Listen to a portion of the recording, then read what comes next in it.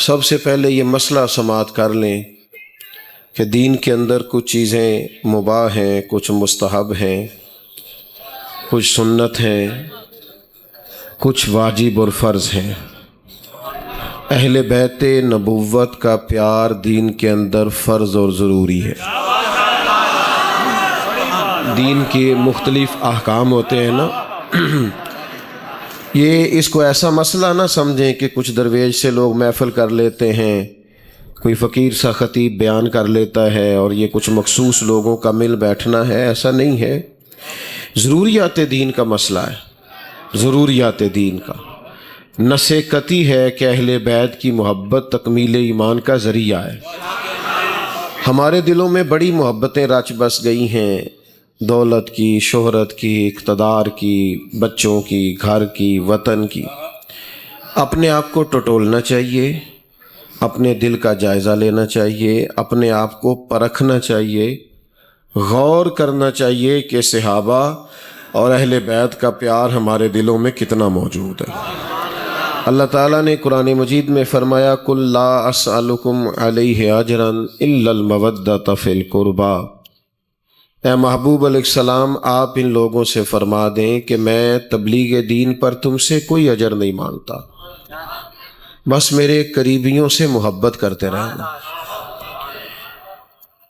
ہم نہ بحث بڑی کرتے ہیں، مذہب کے ہر مسئلے میں بڑی بحث ہوتی۔ اور میں اکثر دوستوں سے کہتا ہوں کہ صدیاں بیت گئیں امام حسین کی نیاز پکاتے، اب بھی کچھ لوگ پوچھنا شروع کر دیتے ہیں کہ یہ نیاز پکانا جائز ہے کہ ناجائز ہے۔ تو میں ان سے کہا کرتا ہوں کہ اب تو بات بڑی آگے چلی گئی ہے، اب تو معاملہ بڑا دور نکل گیا ہے، اب تو اللہ تعالیٰ نے اس کام کو قبول عام عطا کر دیا ہے۔ اب یہ نہ پوچھا کریں کہ نیاز پکانی جائز ہے کہ ناجائز ہے، اب یہ پوچھا کریں کہ وضو کر کے پکانی چاہیے کہ بغیر وضو بھی پک جاتی ہے۔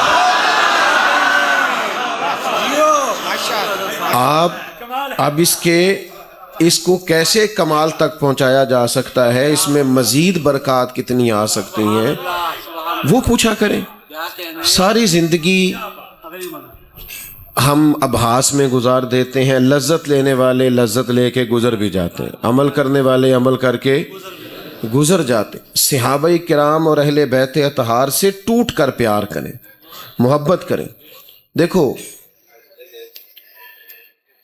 اولاد کے لیے انسان روز ہی دعا مانگتا ہے، لیکن کبھی ایسا ہوتا ہے وہ پردیس جانے لگے یا خدا نہ خواستہ ڈاکٹر اسے یہ کہہ دیں کہ آپ کی بیماری طول پکڑ گئی ہے، تو پھر بچوں کے لیے رو کے دعا مانگتا ہے، اور اس کی دعا میں پھر جذبات اور طرح کے شامل ہو جاتے ہیں، اسے محسوس ہوتا ہے کہ پتہ نہیں اب کیا بنے گا۔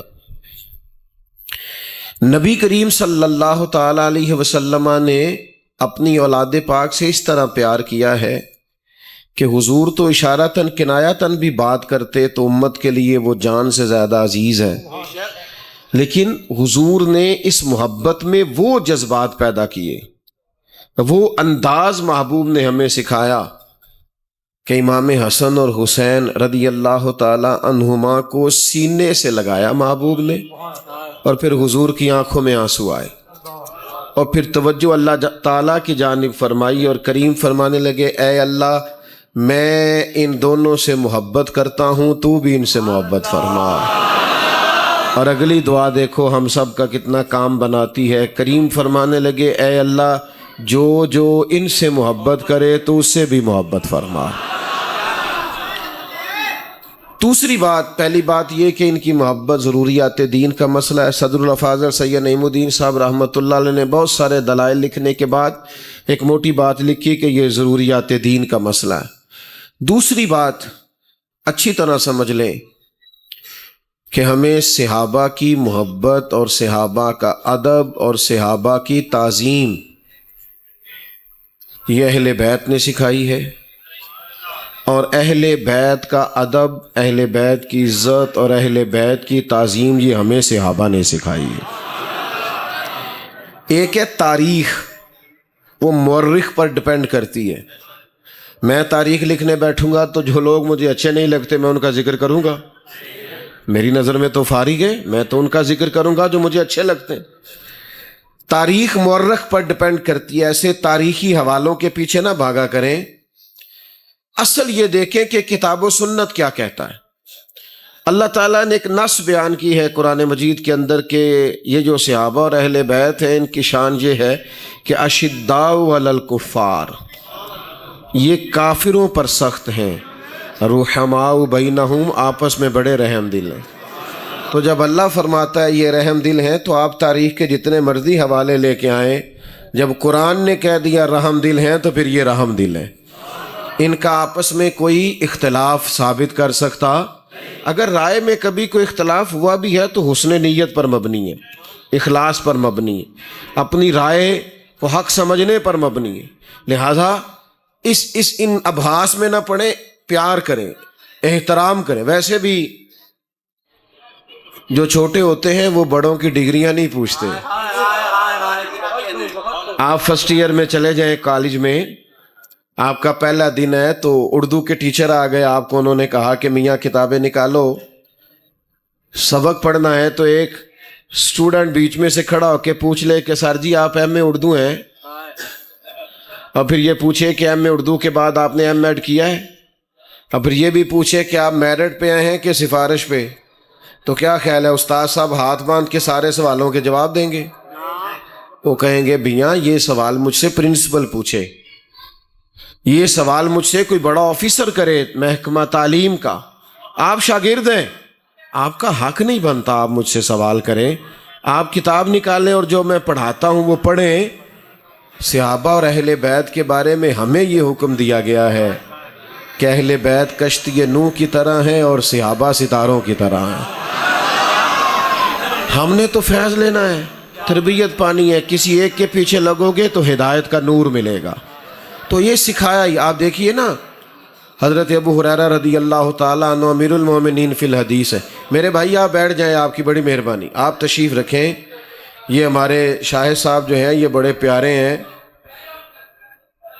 کہتے ہیں نا جی مولوی صاحب تہاڈے کو ٹائم لینا ہے، تہاڈا ڈیمانڈ کی ہے، تو میری ڈیمانڈ یہ ہوندی کہ جلسہ ذرا کھلی جگہ تے رکھ لیا جی، ایسی بھی سوکھے رہیے تو آن والے بھی ذرا سوکھے رہیں۔ لیکن وہ دوست ہیں، وہ پھر بعض دوست زیادہ اچھے ہوتے ہیں، وہ بڑا خوبصورت مشورہ دیتے ہیں، کہتے ہیں مسجد پاک صاف جگہ ہے، بندے وضو کر کے آؤں گے۔ تو یہ بھی بڑا، اب اتنی خوبصورت دلیل کا آپ جواب کیا دیں گے؟ تو چلو ٹھیک ہو گیا۔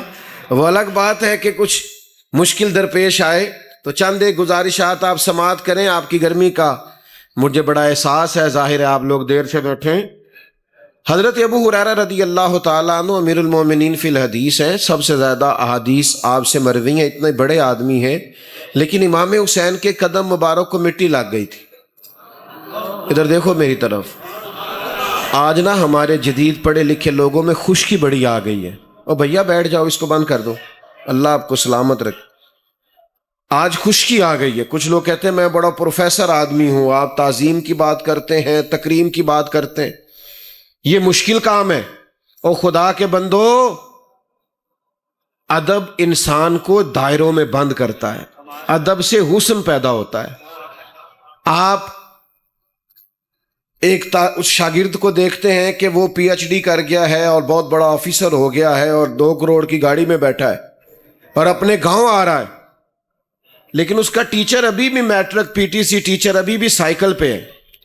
تو رستے میں ملاقات ہو گئی تو وہ پی ایچ ڈی اور بہت بڑا آفیسر شاگرد وہ گاڑی سے نیچے اتر آیا، پہلے استاد صاحب کو سلام کیا، پھر کہا کہ یہ بچہ سائیکل لے آتا ہے، آپ میری گاڑی میں بیٹھیں، میں آپ کو چھوڑ کے آتا ہوں۔ تو میرے بھائی ادھر دیکھنا، استاد صاحب کو اچھا بڑا لگا، گئے وہ بعد میں اپنی سائیکل پہ، کہا نہیں بیٹا میرا سائیکل ہی ٹھیک ہے، گئے اپنی سائیکل پہ، لیکن انہوں نے ڈھیروں دعائیں دیں اور بہت خوش ہوئے کہ میرے شاگرد نے میری عزت کی ہے، ادب کیا ہے۔ جائیں گے وہ دوبارہ اسی سائیکل پہ بیٹھ کے، لیکن جب دوبارہ سائیکل پہ بیٹھیں گے نا انہیں ایسا لگے گا کہ میری سائیکل تو پجاروں سے مہنگی ہے، کیونکہ پجاروں والا تو اتر کے سلام کر رہا ہے۔ تو ادب آپ جب کرتے ہیں نا، ادب، سیدنا امام حسین رضی اللہ تعالیٰ عنہ کے مقدس قدموں کو مٹی لگ گئی۔ تو جناب ابو ہریرہ رضی اللہ تعالیٰ عنہ نے اپنا امامہ کھول دیا اصلاں نال جے نیکی کریے اور نسلاں تاک نہیں بھول دے۔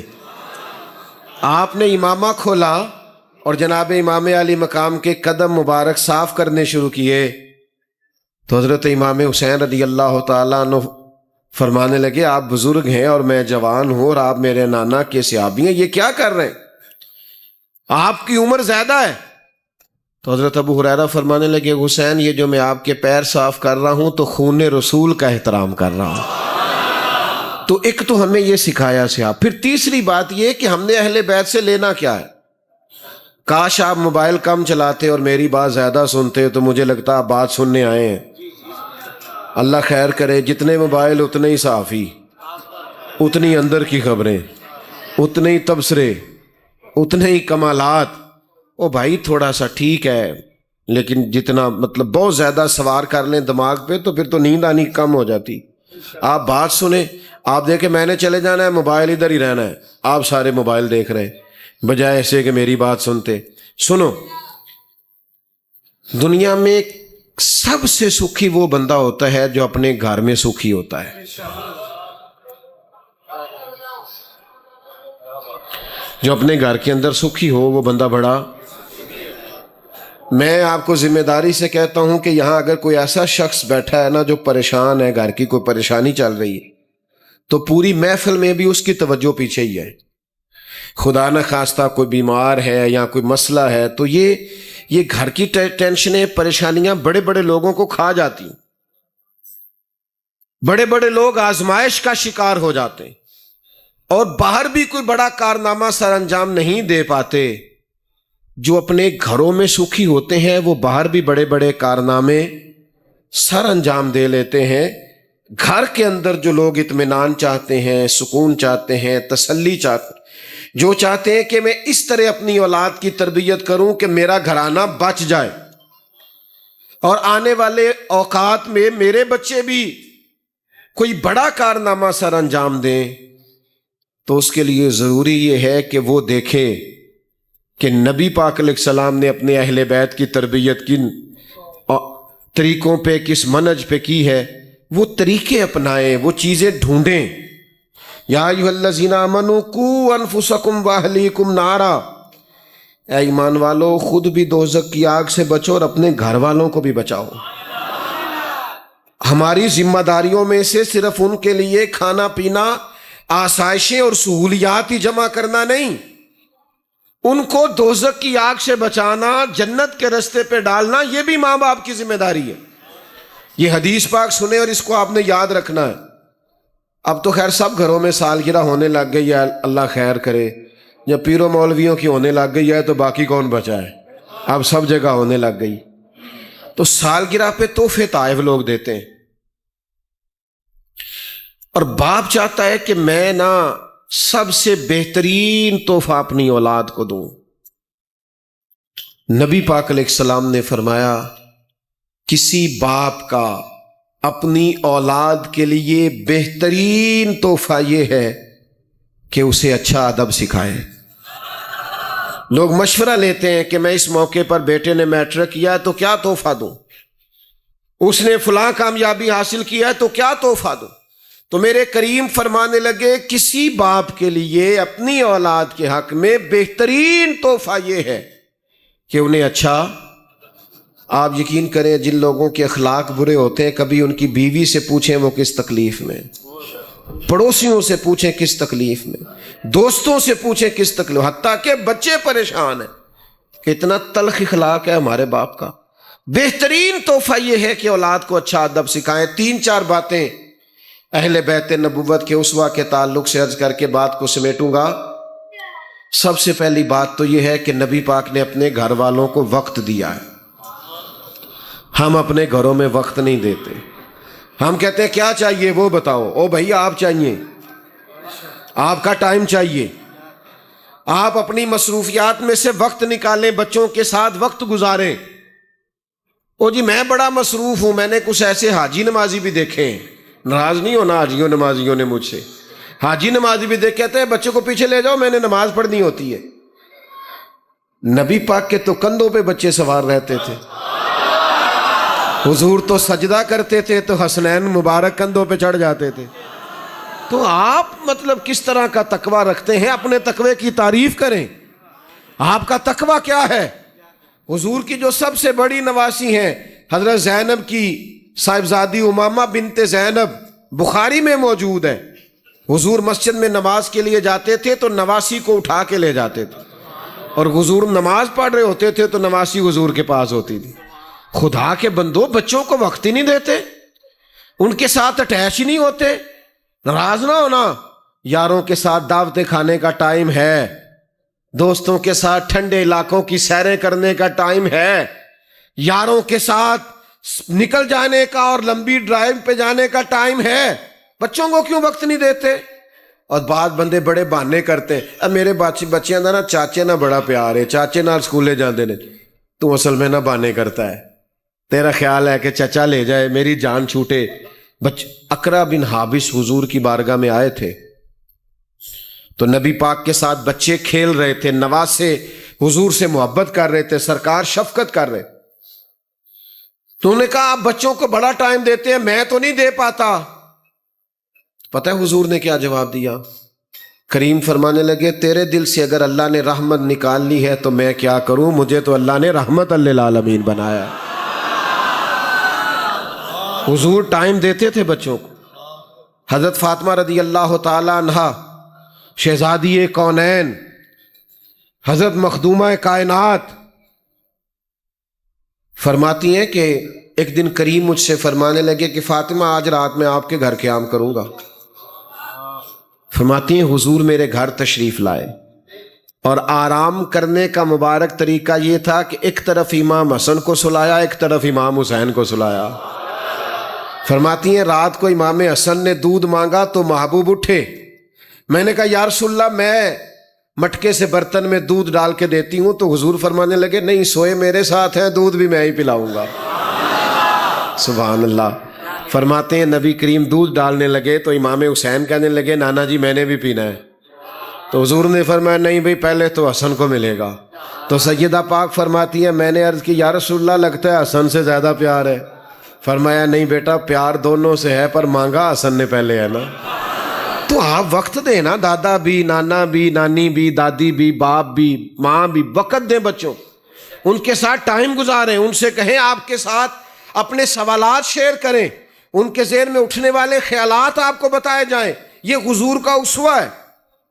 دوسری بات، نبی پاک علیہ السلام نے اپنی اولاد کے لیے بہت زیادہ سہولیات نہیں جمع کی. مشکل بات کرنے لگا ہوں، مشکل. ایک دعا حضور کی میں بیان کرنے لگا ہوں جو شاید مولوی صاحب، پیر صاحب بھی نہ مانگے الا ماشاءاللہ، پر حضور نے مانگی ہے. نبی کریم علیہ السلام نے دعا مانگی، ترمذی شریف میں موجود ہے.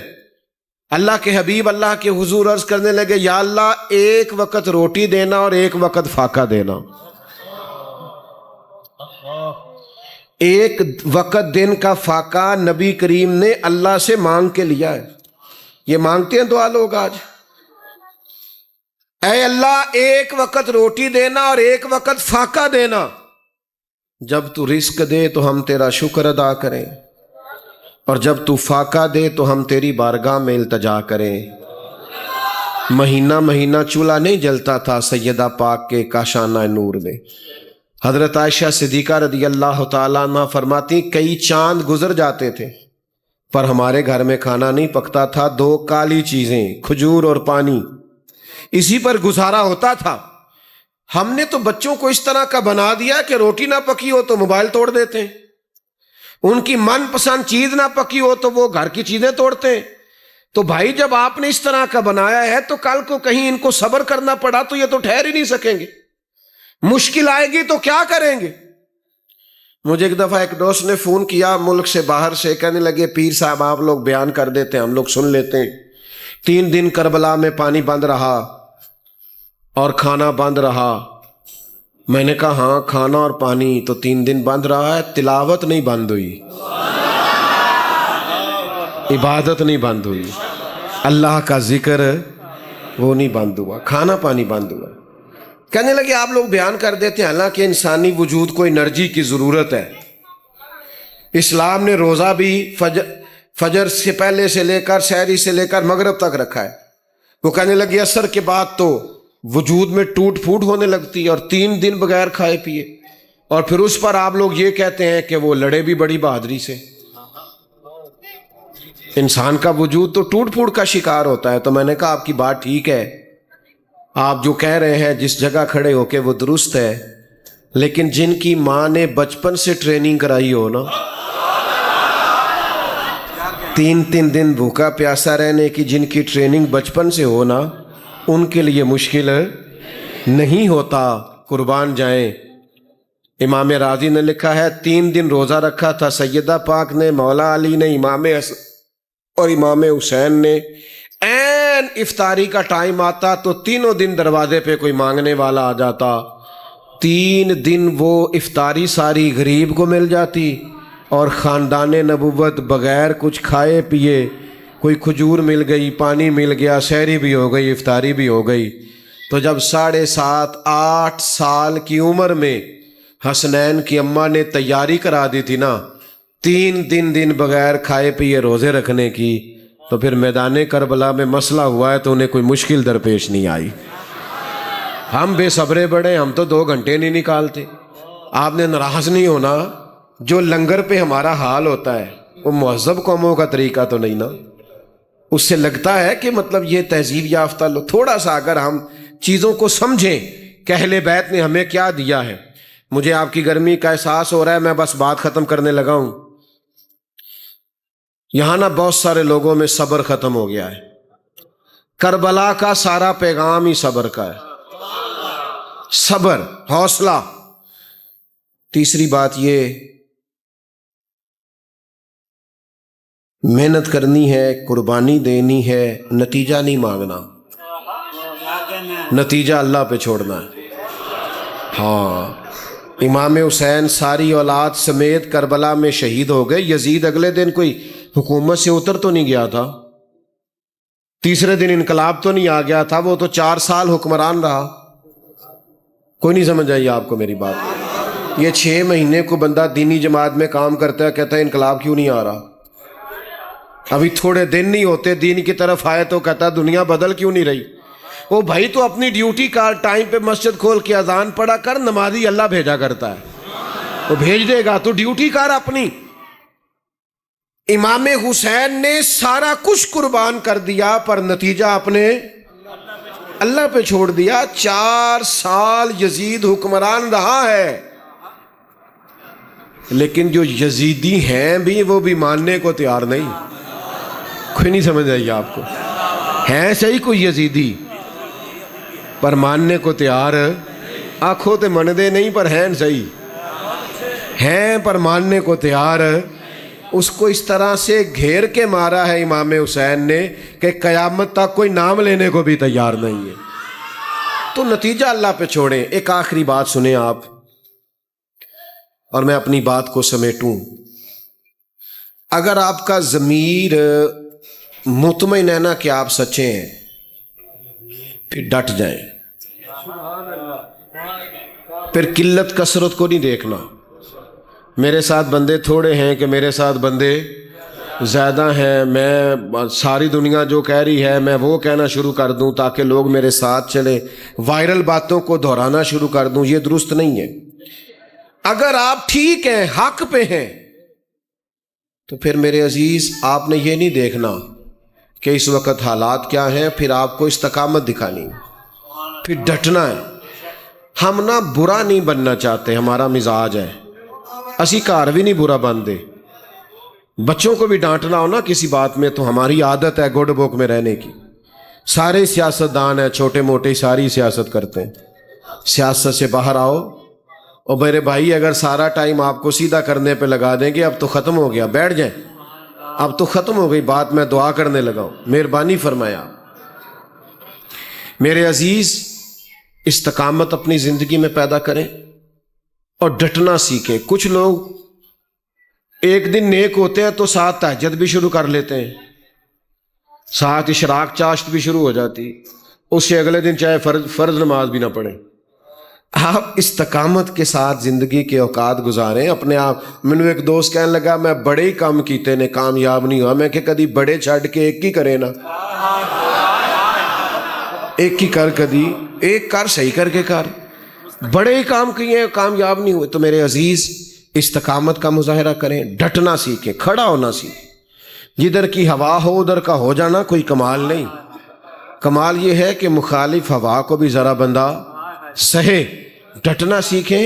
امام حسین ڈٹ گئے تھے, وقتی طور پر تو شہید ہو گئے, پر نہ وہ زیاد کا ستم رہا نہ یزید کی وہ جفا رہی. جو رہا تو نام حسین کا, جو رہا تو نام جسے زندہ رکھتی ہے کربلا.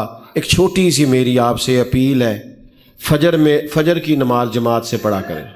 پڑھیں گے؟ نہیں تو یہاں ہی نہیں کر دے پہ یار.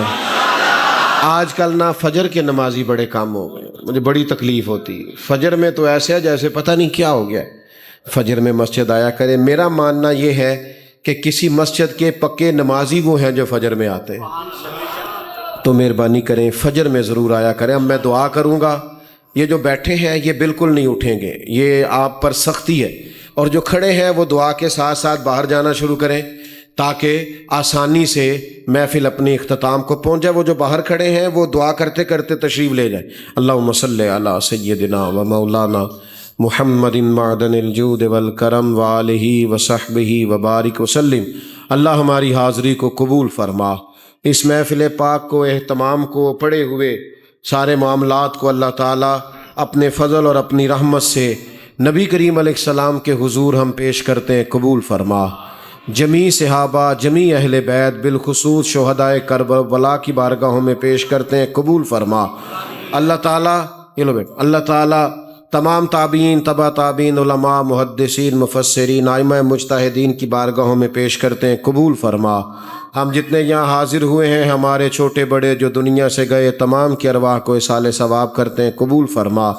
بالخصوص میاں محمد اختر صاحب, ان کی روح کو اصال ثواب کرتے ہیں, قبول فرما. آخرت کی منزلیں آسان فرما, اپنے جوار رحمت میں جگہ عطا فرما. اللہ اپنی پناہ عطا فرما. اللہ ہم سب کے حال پہ رحمت فرما.